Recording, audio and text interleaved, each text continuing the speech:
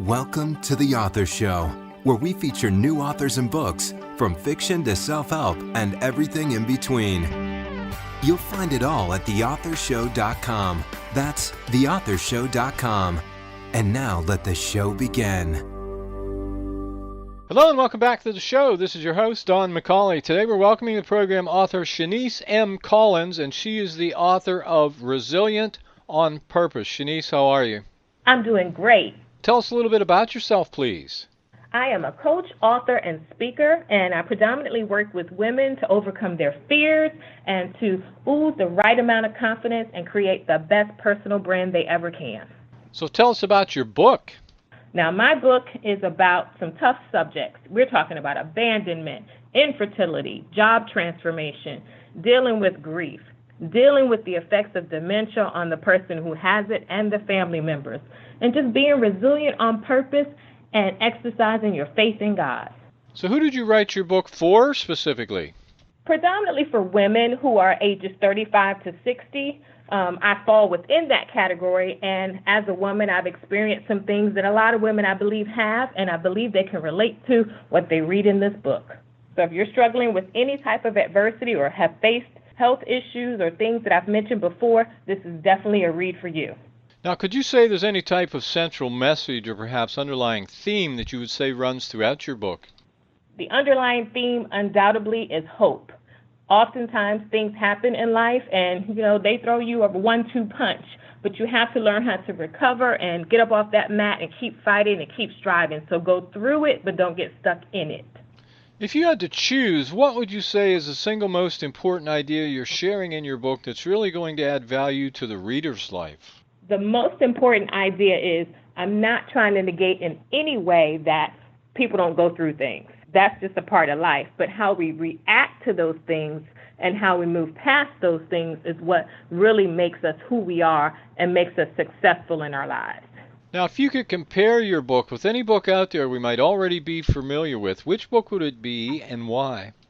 There's a book called Pieces from Broken Places by Iyanla Vanzant. And I would definitely say that we're writing in the same vein, in the same type of experiences where you've had some tough times and it wasn't peaceful. It felt chaotic. It was painful. It felt like it was never going to get better. So similar to that, that's what you get in Resilient on Purpose.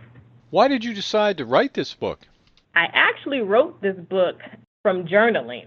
And the weird thing is I had no intentions of writing a book. I was actually journaling to get through my grief after losing some family members. And when I couldn't write anymore, I would go back and read my journal entries, and they actually encouraged me. And then the thought came, well, if it's encouraging me, maybe it'll encourage someone else. So hence, I birthed the book. So why do you feel resilience is so important? Resilience is extremely important because there's so much negativity in the world. So you're not going to be able to go through the day-to-day and something not hit you and maybe just knock you off your feet for a minute. That's just life. So if you're not resilient, if you can't bounce back, if you don't have a sense of toughness to just keep moving, then it's going to be a really, really rough life for you. There are so many things that can hold you back, but how you react to things, how you don't let things just weigh you down, how you let things go and forgive, that resilience is what will just keep you flourishing and thriving, and it'll keep you happy. What advice do you have for someone trying to overcome adversity? Adversity is a tough subject, and the biggest thing here is reaction. Reaction, so you want to be either proactive or you want to be reactive. I would say stay in the vein of proactivity. Connect yourself with people who are positive. Always speak positive things, so get you some mantras that are positive, some I am statements that boost you up, some music that keeps you energized, so that when those things come to you, they don't hit you as hard or they don't affect you as hard because you have these things that just keep you uplifted and keep you motivated. And then, find that one friend who can just be there to give you words of encouragement, but you also have to learn how to encourage yourself. Give us an idea of some of the specific subjects you cover in your book. I talk about grief.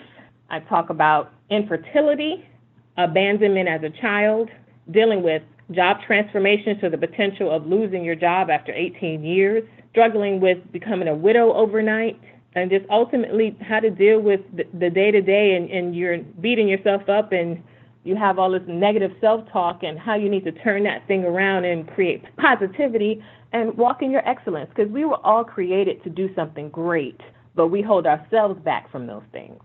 So give us an example. How do you bounce back after losing someone you love, let's say? For me, I really wasn't aware of what these stages of grief were, but I did do some Googling, of course, and found out that there are about 5 common stages. And I started to go through them, and then I got stuck in a few, so I decided to go to grief counseling. And grief counseling helped me to sort out my feelings, to understand it was okay to feel what I felt, and it also inspired me to journal. And that journaling was the best thing that I could say ever happened to me. And it helps me to get through those losses so much more easier. So what advice do you have for someone who's struggling with self-confidence? First, get to the root cause of the problem. So what is it that's making you feel that you are lacking confidence? Then you need to start banishing those things that are not true. A lot of times we connect to things and we don't really do some research to determine, is it valid? Is it something that is true about yourself, or is it something that you just heard and you kept it and it's just not true? The other thing is do an assessment of your strengths and your weaknesses. Once you know your strengths, focus on those things you do well and that bring you joy, and stop focusing on the negative. And that will definitely help you boost your confidence when you're operating in your strength zone. So what are some surefire ways to attract more love and positivity into your life? Like in the previous question, knowing your strengths is a surefire way, because then you don't have to focus on the weaknesses. You gravitate to jobs, projects, and people that allow you to use your strengths. Be resilient. No one's exempt from adversity, but it's important how you react and bounce back. And resilience builds character and will change the perception of how you view yourself and how others view you.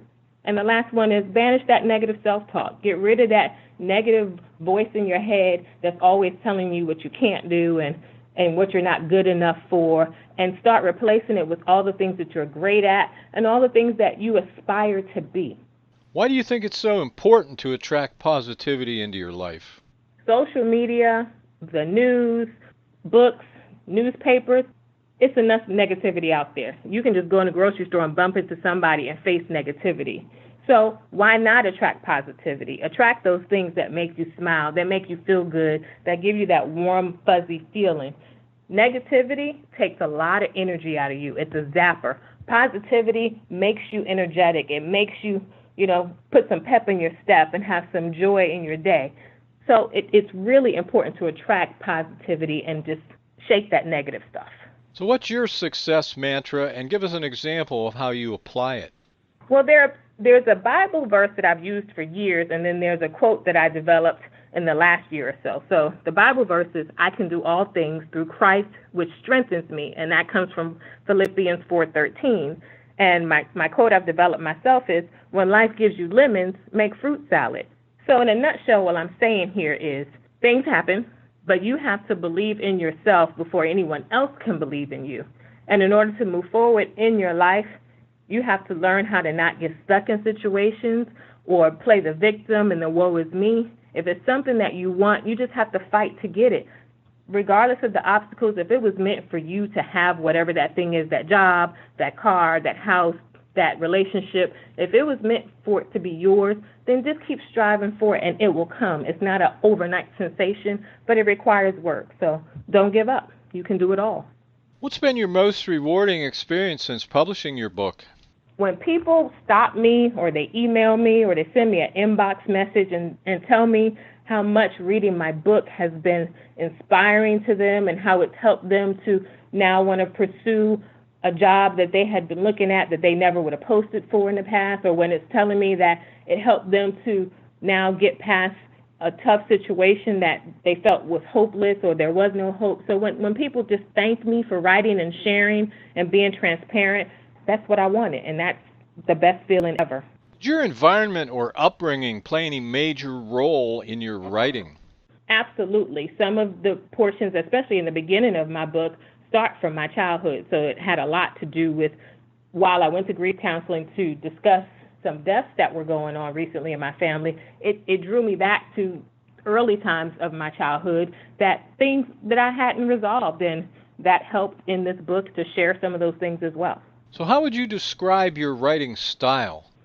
Pretty much personal, very transparent, relatable, and very truthful. Now, most authors have one specific reason for writing a book. What was your reason for writing this book? To give hope. There are so many people who are stuck in situations and feel like no one understands, no one else has ever been there, and they don't feel they can get past it. And this was just my way of sharing. I've been through some tough times and some rough situations, and the key here is came through those things because I operated from a place of resilience and really exercised my faith. So based on your experience as a writer, what's the one recommendation you would make to authors just starting out? Like the Nike sign says, just do it. Don't start saying, well, I'll get to it in 6 months, or I don't have enough information to start writing a book. You have to start somewhere, and putting it off is not going to ever get you to a published book. So you need to start creating that outline, start thinking about the titles, and, really just set aside specific times, even if it's not daily, but weekly or every couple of weeks, to just actually write, even if it's only 15 to 30 minutes, but you just have to get started. What part of your book would you say you personally like best? Now, that's a tough question because it's predominantly about some situations that I've gone through, but when I reflect back on it, I would say for the readers, the part that I think or feel that they will really resonate with is the prayers at the end, because I'm praying for others, not for myself. I'm praying for others in the situations that are outlined in the book. Other than selling your book, of course, is there anything else you hope to accomplish with it? I hope to be able to just go to various organizations, be they religious or just women's organizations, and share my story, because some of this can help in the corporate as well as the church world. In your opinion, who should buy your book? Those women who have been struggling with tough things such as death, divorce, widowed, children issues, anything that has knocked them back and they feel like they can't recover from it, this book is for them. Do you have a website? I sure do. It is ShaniceMCollins.com. ShaniceMCollins.com. Could you spell your name for us, please? Sure. It's ShiniceMCollins.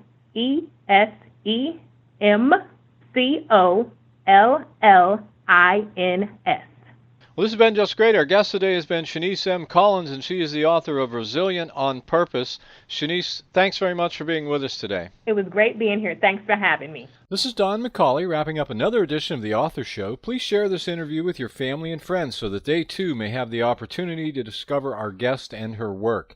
And why not spread the word on social media? We look forward to you joining us next time for another great book and another great author on The Author Show. Thanks for listening to The Author Show. Find out more about authors and their work at theauthorshow.com. Theauthorshow.com.